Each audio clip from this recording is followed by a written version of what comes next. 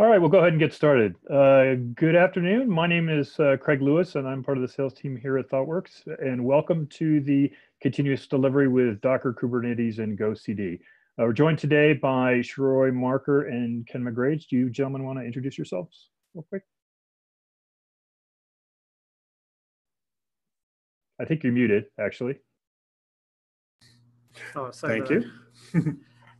Hi, I'm Shiroi Marker. I'm the head of technology for ThoughtWorks products, where I work with our teams to build products that help software development teams be successful. Today, we're hoping to speak about one of those products, which is GoCD, our continuous delivery server. I'm Ken McGrage. I'm a technology evangelist for ThoughtWorks. So my job is to help teach people about DevOps and continuous delivery. All right, great. Okay, so for those of you who don't know anything about ThoughtWorks, Ken, can you go to the next slide real quick? So ThoughtWorks is a global technology consultancy. We partner with enterprise clients to solve their most complex technical challenges. We were formed in 1993 in Chicago, and in the early 2000s, Martin Fowler, whom some of you may know, joined ThoughtWorks as a chief scientist. Martin was one of the first people to promote continuous integration as a continuous integration, a precursor to continuous delivery, as a best practice. And ThoughtWorks at the time created the first open source continuous integration product that's called Cruise Control. In 2006, we formed ThoughtWorks Studios, which is the group you're speaking with today, to bring our developer tooling expertise to market. And one of those products was a Cruise, a newly rewritten continuous delivery product, which we rebranded as Go in 2010. And I'll point out that this was really the first continuous delivery product available in the marketplace. And at the same time, Jez Humble, who had been the product manager for Go, co-wrote the book Continuous Delivery. In 2014, we open sourced GoCD, so it's freely available at no cost. And since then, we've got a rich community of contributors and plugins that have emerged to make GoCD a leading product in this space. Okay, and just a quick housekeeping note. Please use the Q&A box in the Zoom controls during the webinar. We've reserved some time at the end of our session to try to answer the questions. If we can't get to them, we'll send a follow-up email to you all. All right, and with that, Ken, I'll turn it over to you. Great, thanks, Greg. Okay, so I want to introduce today's agenda. So first off, we're going to introduce continuous delivery and some key practices. Then we'll go through and cover what we mean when we say modern infrastructure with Docker and Kubernetes specifically for today. We'll introduce our Docker-based workflow, give you an overview of GoCD, and then do a live demo of GoCD with Kubernetes. At the end, as Craig mentioned, we'll try to save time for Q&A. If we don't get to your question online, then we'll follow up via email afterwards. Okay, so first off, just intro to continuous delivery. So Jez Humble, the co-author of the book Continuous Delivery, uses this definition for the practice. I think it's important to note that Jez talks about all changes to a software project.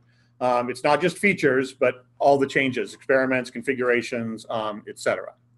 So a couple key practices for us as part of continuous delivery, and this may be review for some of you, but first is solid continuous integration practices. So we believe that it's really important that you have CI down pat before you try to move on to continuous delivery, because we want to be safe. So for us, that means everybody committing to master or trunk, whatever you want to call it each day, not long-lived branches and so forth. We think feature branches are actually an anti-pattern to continuous delivery. Every time a team member commits code, whether that be application code, environment changes, or literally everything, as I mentioned a moment ago, that triggers a build. Any change that breaks the build should be fixed immediately. We've all worked on projects with flaky tests. To me, flaky tests are worse than no tests.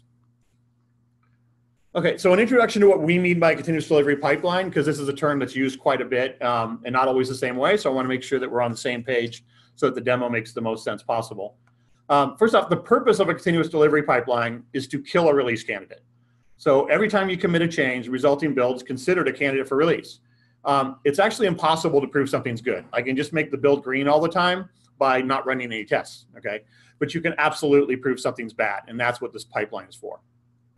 So in this example, delivery team commits a change, GoCD runs some tests. If that fails, we stop immediately and fix it.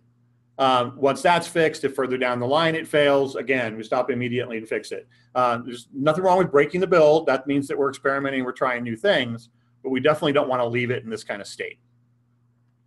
In this particular diagram, we have a stage here called user acceptance. This is where we like to differentiate between two terms that are often used interchangeably but should not be. So continuous delivery is the fact that our software is always in a deliverable state. We could deploy it at any time. But it becomes a business decision as to whether or not to click the button to deploy. Continuous deployment, on the other hand, is fully automated. If all the tests pass, then it goes through and deploys. So that's what we mean when we say continuous delivery pipeline.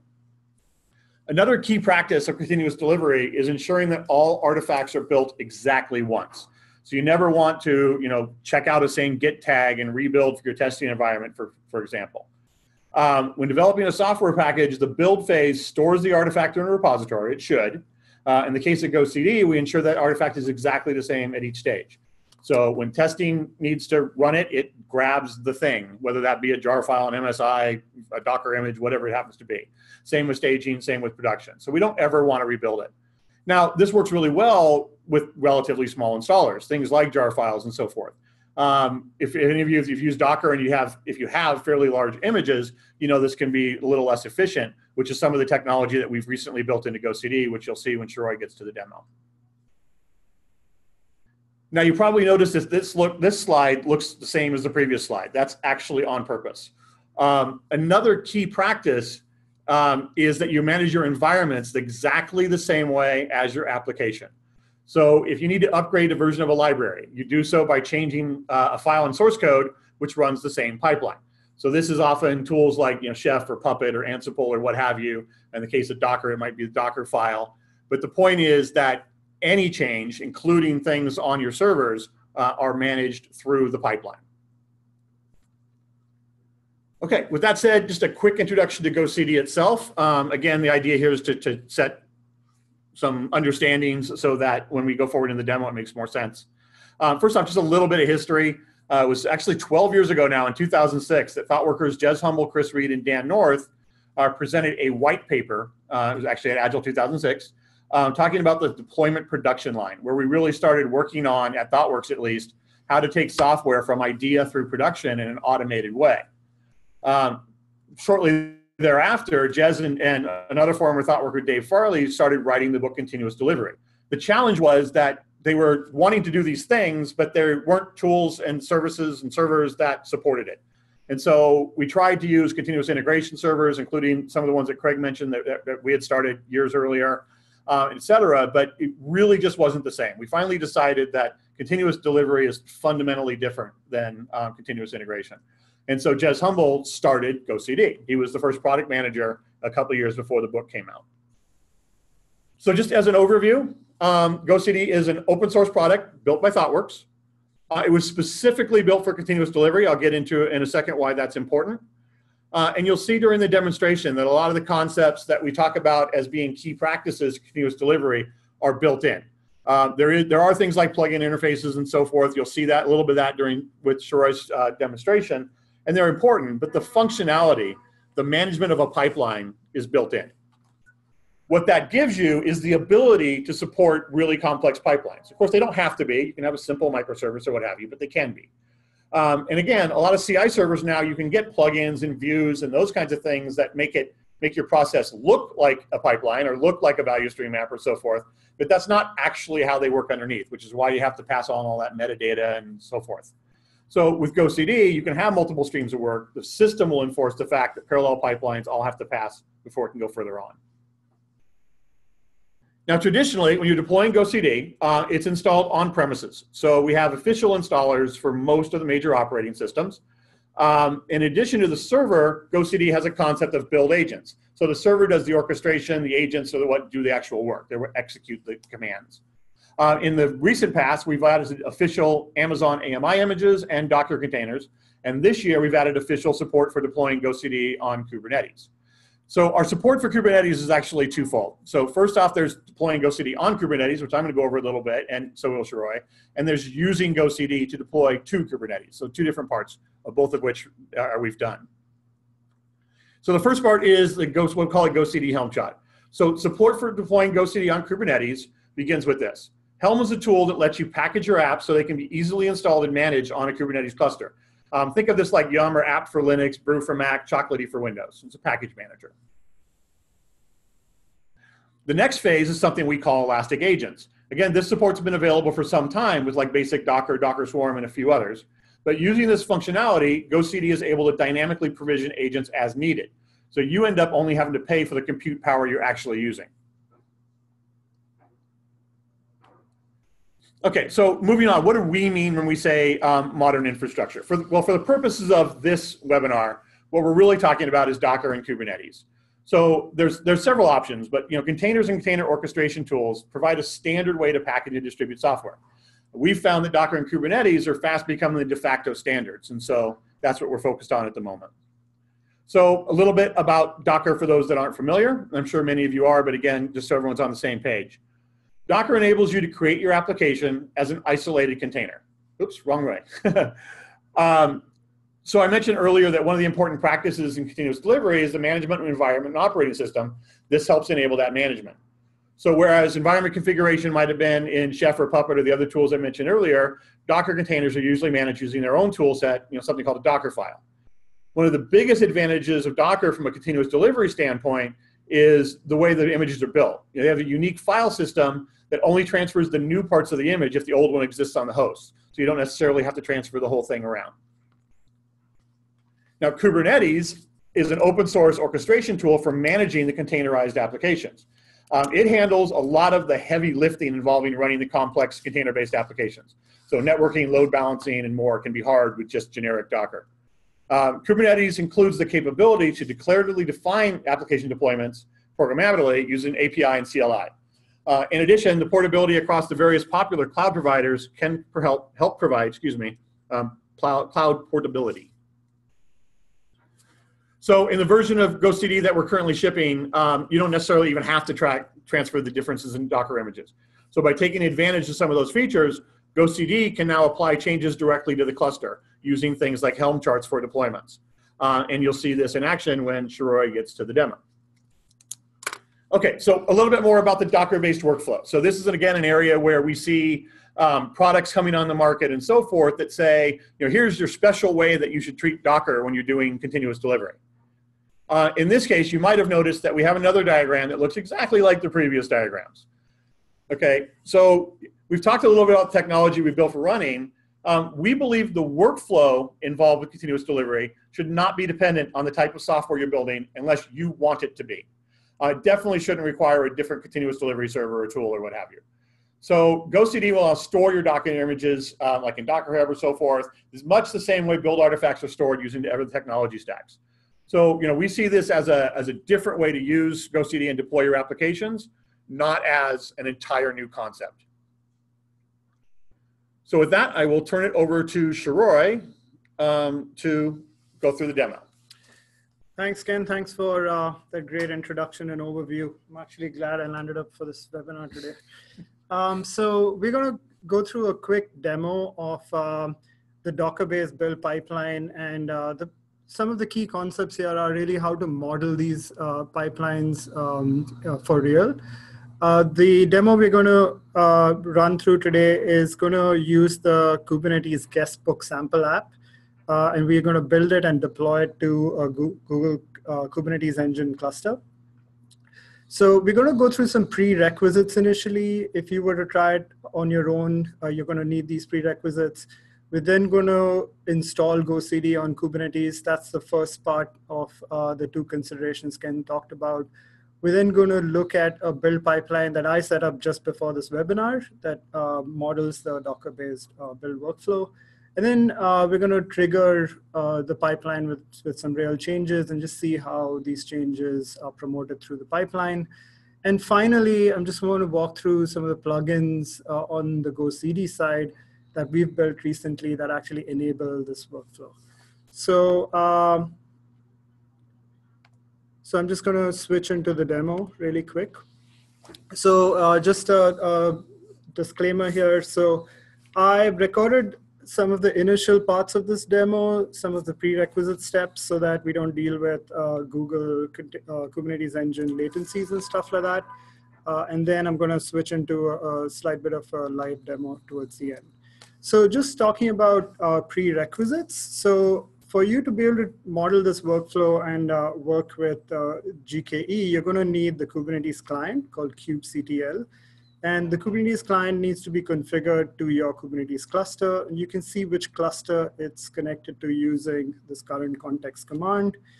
Next, we are also going to need the command line for Helm. Helm is the package manager for Kubernetes, as Ken mentioned earlier. And it essentially lets you package your applications for deployments to Kubernetes. So we've packaged the GoCD app as a Helm chart as well. So the first thing you need to do to start using Helm is to use this Helm init command. It essentially sets up the command line, but then it also sets up this server component called Tiller, which Helm uses to manage releases. Now, if you want to see what Helm init really does, it really just installs Tiller as a pod on Kubernetes under the kube system namespace. So if you just get all pods under this namespace, you'll see that Tiller is up and running once you do Helm init. So now you are pretty much ready to install GoCD on Kubernetes using our Helm chart. So I'm just going to go through that process next. So to install GoCD on Kubernetes, we've packaged our application as a Helm chart. So to search for any standard software packages that are available on the curated Kubernetes repository, you could just use this Helm search command. And if you search for GoCD, you'll see a stable package released on the Helm repository. So using this package, you can now use the Helm install command to go ahead and install this package. And the couple of parameters you'll have to pass to it are the name of the Helm release, and we'll get to that in a second. And then also the namespace of the Kubernetes end where you want Helm to install your GoCD instance. So once you run this command, a few things happen. So you'll see that Helm returns some metadata about this release that it just performed. Generally the namespace and stuff like that, but then also some resources that it created on the Kubernetes end. So this includes stuff like the pods it created, the services, role binding, stuff like that. And finally, it gives you some post-installation instructions. So here, the first one is an instruction that tells you how to get to your GoCD instance once you've installed it. Now, we said Helm manages releases. These releases are named. If you want to see the list of releases that you've performed, you could just use Helm list. Now, the release that we just did is going to take a couple of minutes to come up. So I pre-baked one just before the webinar. So, we could look at a sample pipeline and stuff. I call that one GoCD. So what we're going to do is we're going to look at the status of the GoCD release. And you could use the Helm status command for that. And that gives you a very similar output of metadata and resources and post-deployment instructions and stuff. So we're going to use the post-deployment instructions here to get to our GoCD instance. So essentially, this is going to give you a public IP and with which you can access your application. So we set up an ingress on the Kubernetes end. We actually map it to our demo domain and all of that. But if you just use the public IP, you should be able to get to your instance. So this is your GoCD instance that gets created at the end of the Helm command.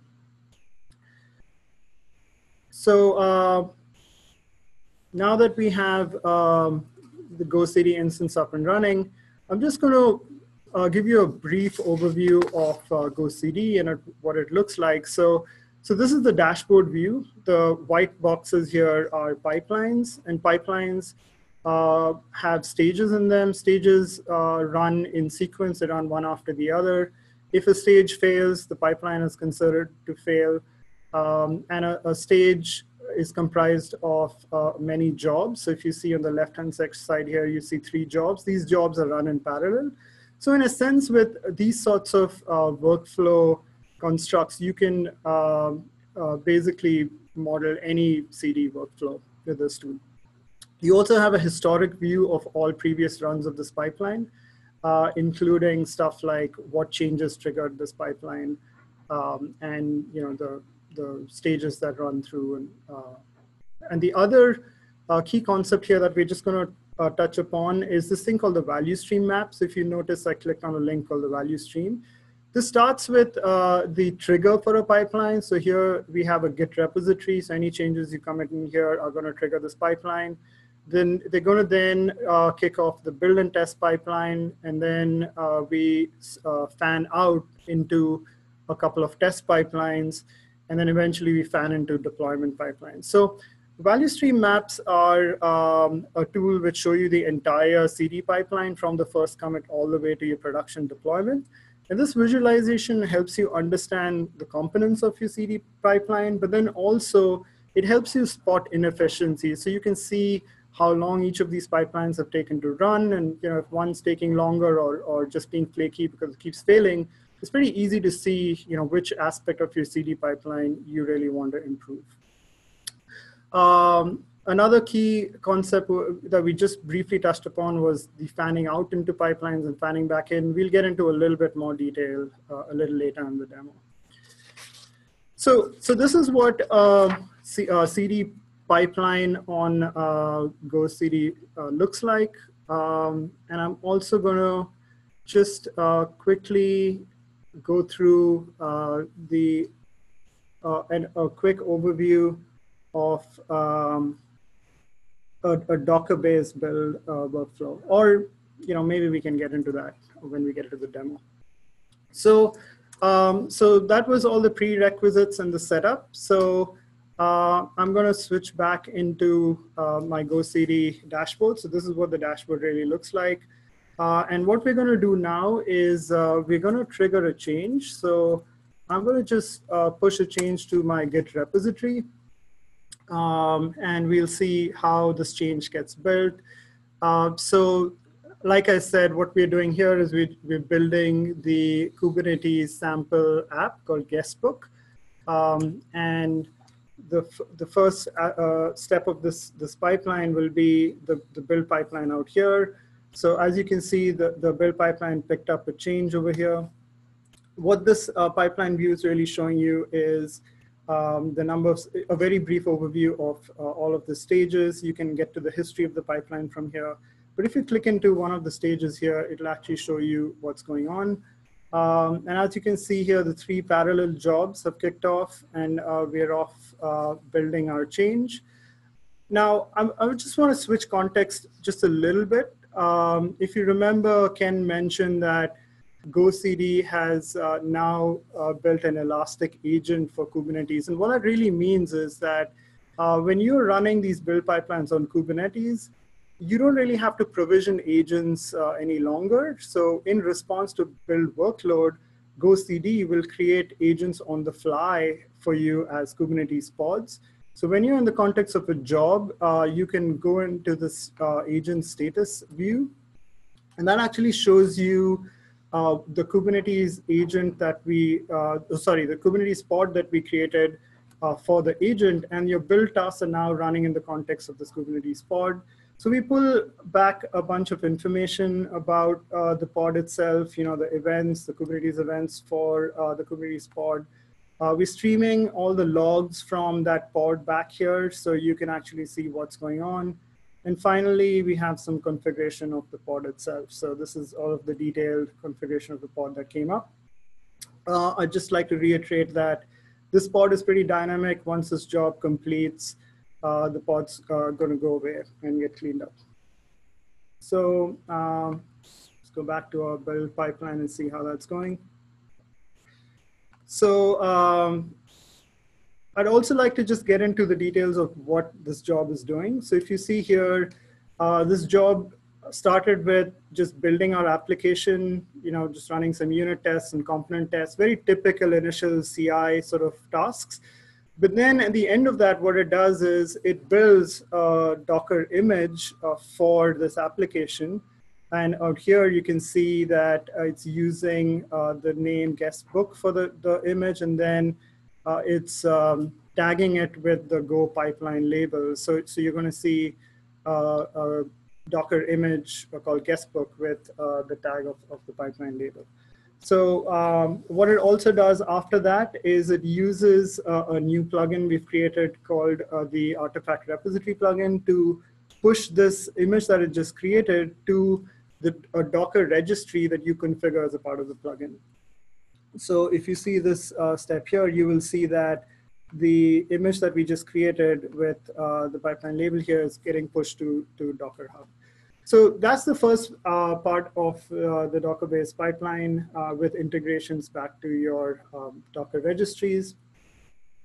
So if we just switch back to the value stream map now to see what's going on further downstream, you'll see that once we built this image and pushed it out to a Docker registry, we've now fanned out into two test pipelines. And really what this means is that GoCD is going to trigger both of these pipelines in parallel with the same artifact and the same revision that it picked up in the previous pipeline.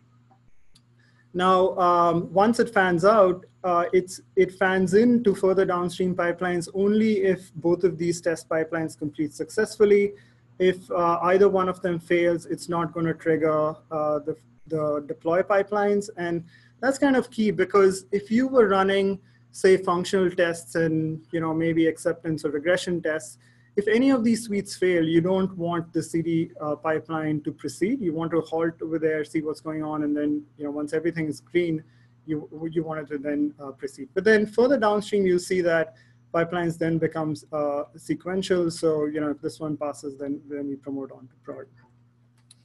So just going into this pipeline to see what it's doing. Maybe I can probably just go to the last green version of this pipeline to see what it does. So I'm going into the job that actually ran these tests. And what you'll see here is that in the next step, we pull down the Docker image that we had created in the previous pipeline. And this, again, is done with one of our plugins. So it makes this Docker image available for you for running tests. It does pretty simple things after that. It uses the Docker and Docker capability of the build agents to actually create an instance of this app. And then it's running some functional tests using the ThoughtWorks Gauge testing tool. And then once these tests complete, it just stops all of that.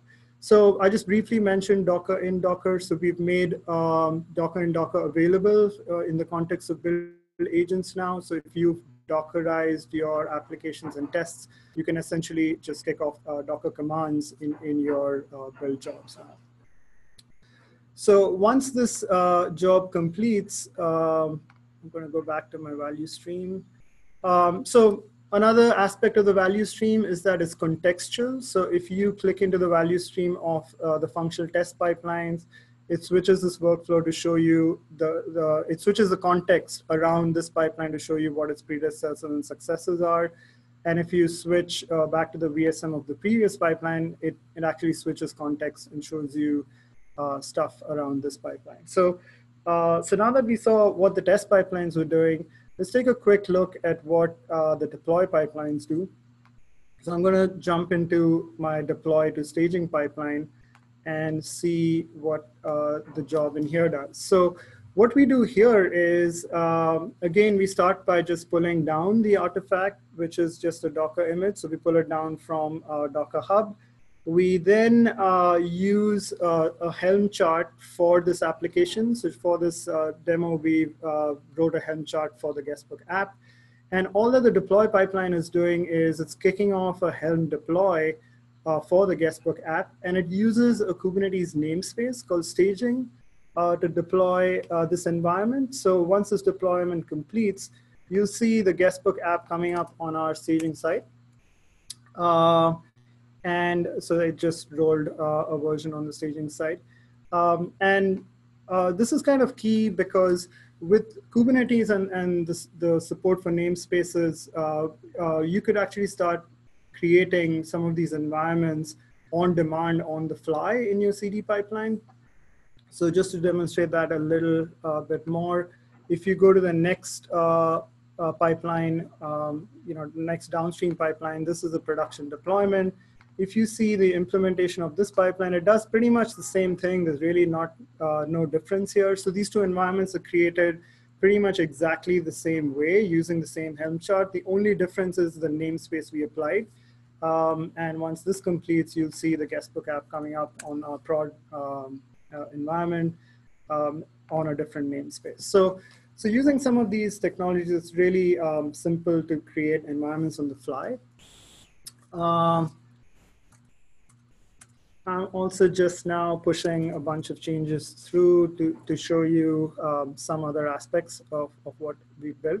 So finally, we're just going to look at some of the plugins that we've created and released of late, which make this workflow, which enable this workflow. So if you just go to the admin section, there is a section for plugins, and you'll see that when we install the Helm chart, we've pre-packaged a couple of plugins that for this workflow. So the first one is the Elastic Agent plugin. This is the most interesting one. So I'm just going to jump into the settings first to see what all got configured. So once the Helm chart installed the GoCD server, we pre-configured the server URL on the Kubernetes cluster on this plugin, and then we also pre-configured some information about the Kubernetes cluster URL and security tokens and stuff like that. So all of this happened during the Helm install, so you don't have to do this manually, but it's good to know where this configuration sits. And finally, I'm going to show you the view of the Elastic Agent plugin. So my cluster currently has 5 nodes. So these are 5 Kubernetes nodes. And if you expand each of these sections, it shows you which pods are running on which node, and these pods correspond to GoCD agents. And the only reason you're seeing these pods come up here is because all of these agents are currently running and doing some work. Once the agents complete their tasks, you'll see that the pods go away and all resources get cleaned up. Finally, we also bundle another plugin called the Artifact plugin for Docker. This is the plugin where you specify your Docker registry, credentials, and URLs. And during the build workflow, we use this information to upload your Docker images behind the scenes for you and pull them down when you need them. So that's everything I wanted to talk about today from the demo perspective. So probably just hand it back to Ken. Okay, great. Thanks, Shroy. 1 second here.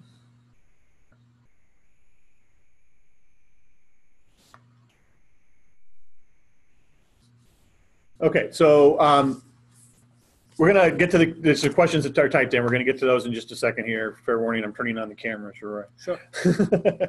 We're going to get to your questions here in just a second. So just a summary. The continuous delivery key practices are really important, whether you're doing Docker Kubernetes or anything else. Solid CI really is a prerequisite and so forth. Talked a little bit about modern infrastructure. Showed you, a Docker-based workflow that we believe, again, is the same as any other workflow unless you want it to be different. Did an overview of GoCD and a demo. I'm going to start right now. I'm clicking on a thing here. It's going to start a poll inside the webinar. If you wouldn't mind, it's just like 3 questions. It'll help us understand if it's the right level of content, et cetera. And I'll put some additional resources on the screen here, and we'll go ahead and start with some of the questions. So we'll read you the questions because only the people that asked it could see it. First question was, does GoCD handle a monorepo used to handle multiple individual binaries? Specifically knowing which binaries to build and deploy based on changes to them or their dependencies without having to redeploy all of them with each push to master.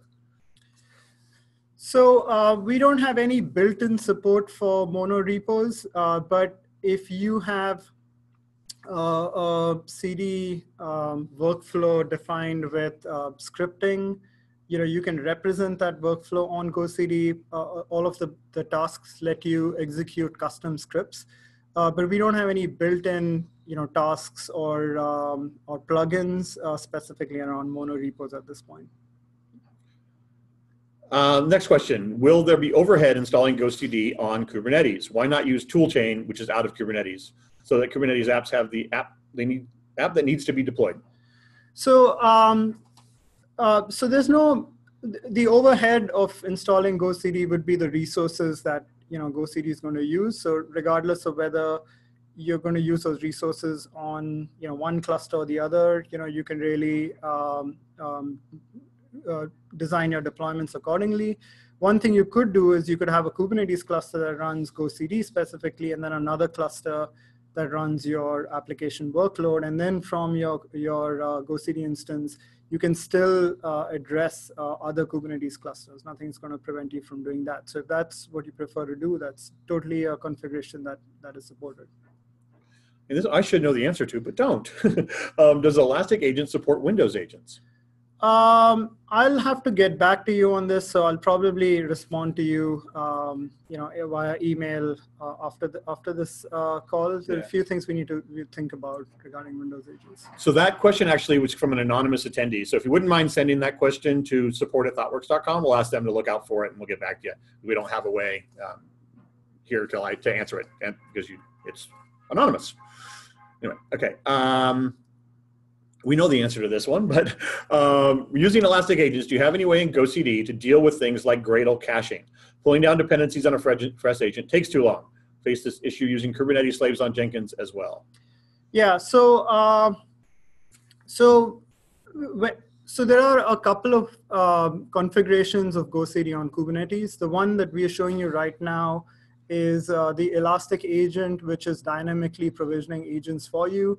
And it uses the Docker and Docker build workflow. So in that specific configuration, it's pretty hard to support caching of the Docker file system layers. But we also support another configuration where you could install the agents as more long-lived agents on Kubernetes. And when you have more long-lived agents on Kubernetes, then you can start using the benefits of the file system caching.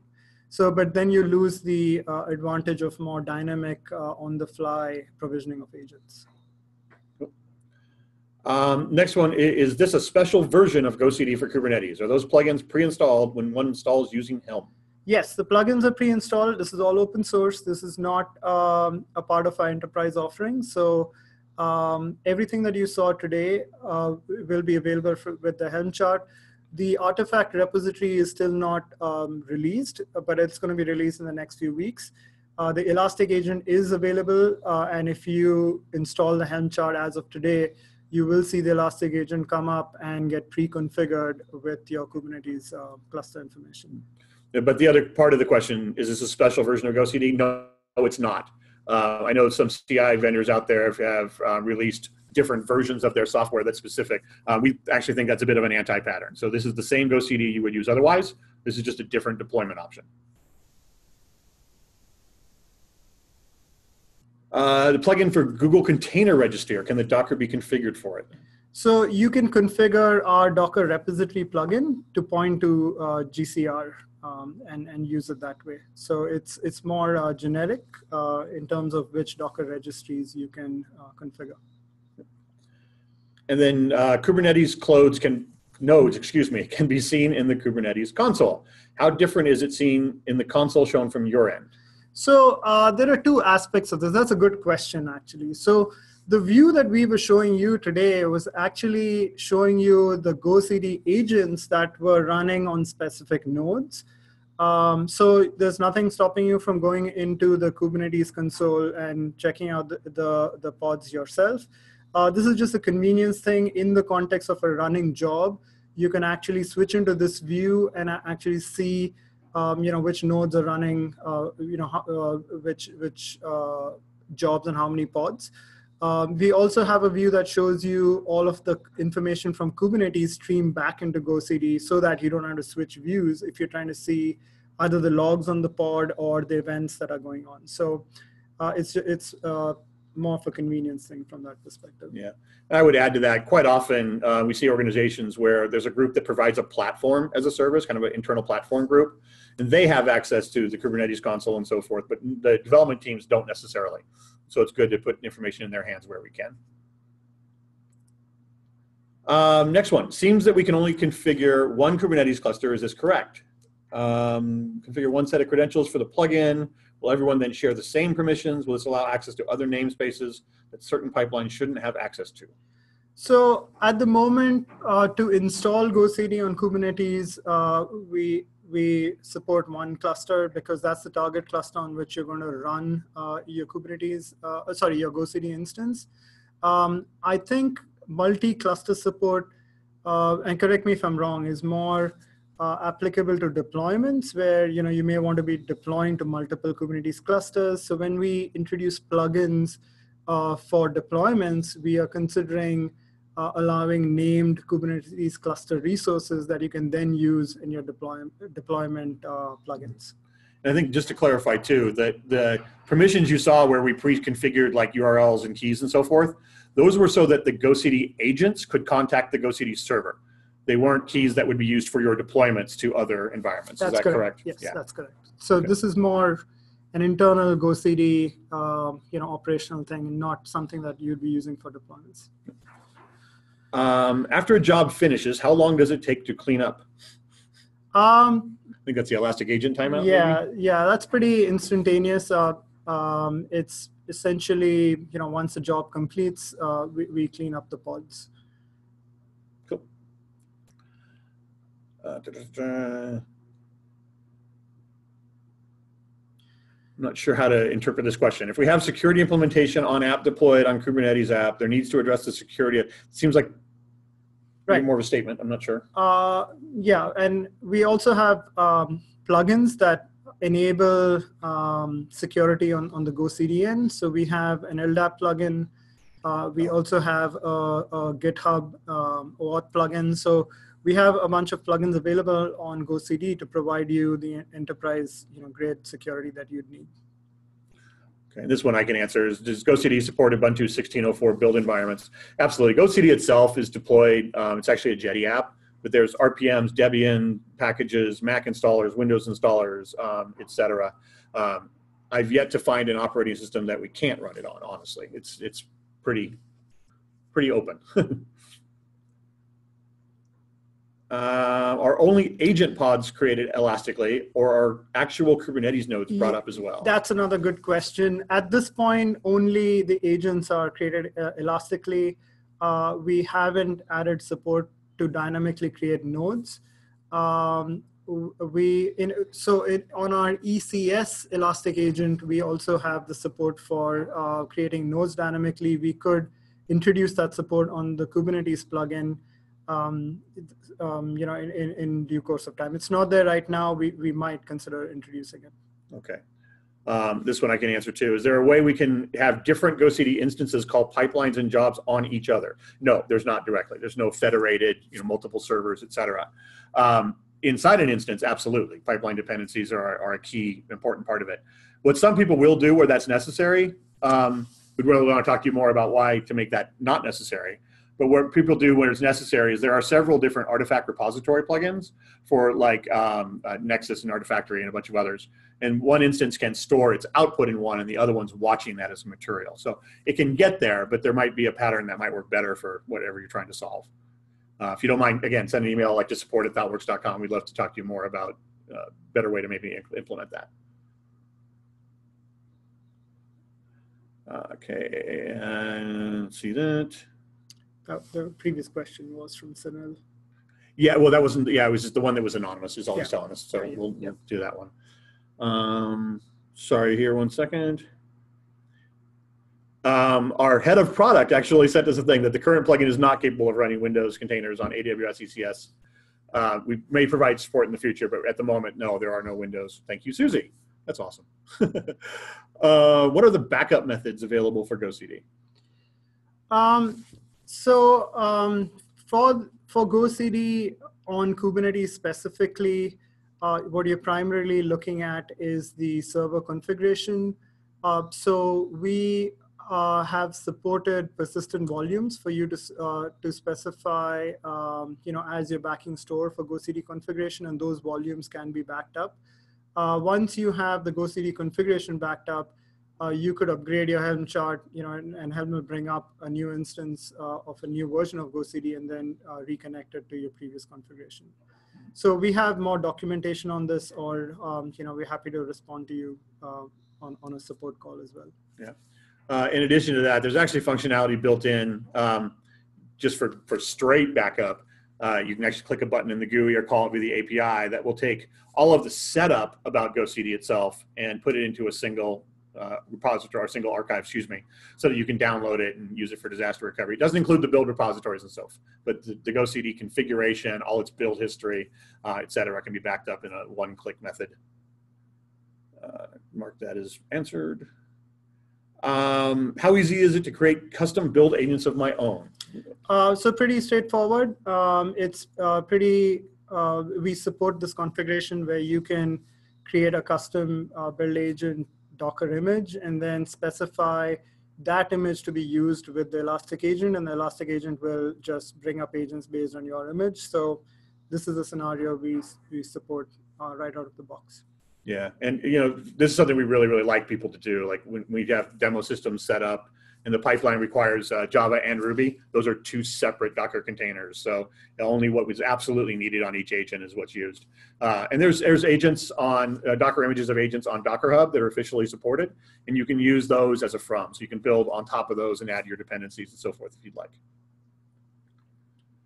Can we have jobs pipelines restricted differently based on certain ACLs, access control lists? I'll let you, but yeah. I'm not sure. So we definitely have authorization features on GoCD. I'm not sure if we can, separate out jobs and pipelines based on ACLs, the pipeline level. But it's probably at the pipeline level. So this is something we might have to get back to you on. Yeah. So at the pipeline level, and then there's also a container above that called environments, where an environment contains pipelines. Don't think of it, I know environment's an overloaded term, but think of it as a container. You can definitely do permissions where, view only, no view, execute, admin, et cetera. There's pretty good permissions all the way down to who can execute like manual things between stages inside a pipeline, but I don't think it gets down to jobs. And then, the workflows are so composable that you could use the features that you have at a pipeline level to compose a workflow that gives you what you want from an authorization perspective. I'm not sure that this is a quick answer. So what's the recommended strategy for upgrading GoCD with this new infrastructure consideration? So I think I take this as someone that has GoCD installed in a more static way. Right. How do they upgrade it to Kubernetes, or should they? Yeah, I think this is a more nuanced answer. So there would be a few things that you would need to consider to take advantage of the new infrastructure. So the first thing would be, are your applications Dockerized? Would you be moving to a more Docker-based build workflow? Or are you just looking at running GoCD on Kubernetes, but then using the same workflow that you have currently? Both those options are available, and maybe we could have a longer discussion around this. Okay. Can you specify the hardware parameters / configuration of the containers? Do you mean of the demo that we ran, or the minimum hardware configuration? This is documented on our GoCD documentation. And if you need more specific information, I could get back to you with that as well. Yeah.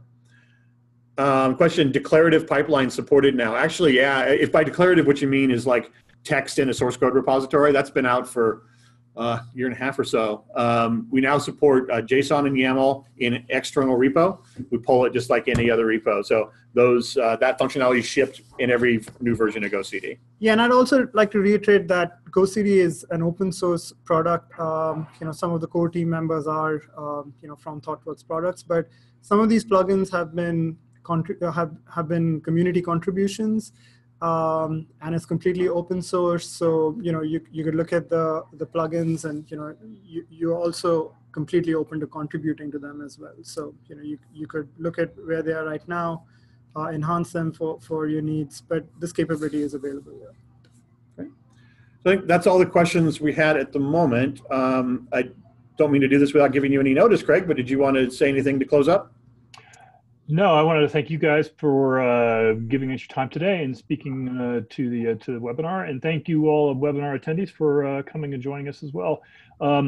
Just a quick pointer that what we looked at today is all part of the open source version of GoCD, and you can go download a copy at www.gocd.org. Thank you very much. Thanks, everybody. Thanks.